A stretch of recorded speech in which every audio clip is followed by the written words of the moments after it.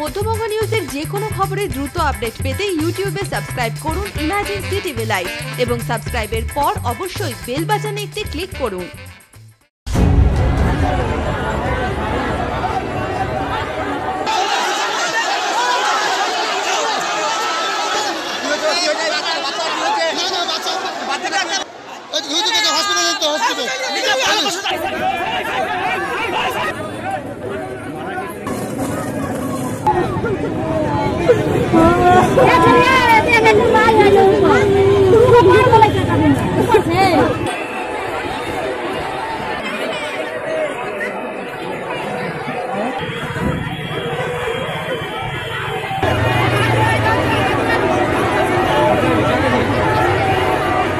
আগুনটা একটা পাংখায় লেগেছিল ফ্যানে, তারপর ওইটা পুরো একজন ওপরে মাথার পরে 2-300 জন ছিল, স্কিনে ছিল, ওইদিকে সব সিঁড়ি দিয়ে নামছিল, সব একে অপর মানে আতঙ্কে পড়ে যায়।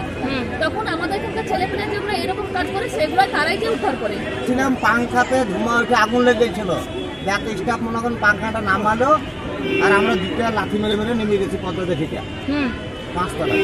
পাংখাতে যে ধোঁয়া উঠলো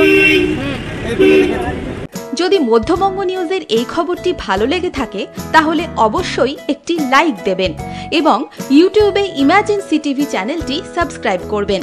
আর যে কোনো খবরের দ্রুত আপডেট পেতে সাবস্ক্রাইব করার পর বেল বাটনে একটি ক্লিক দেবেন।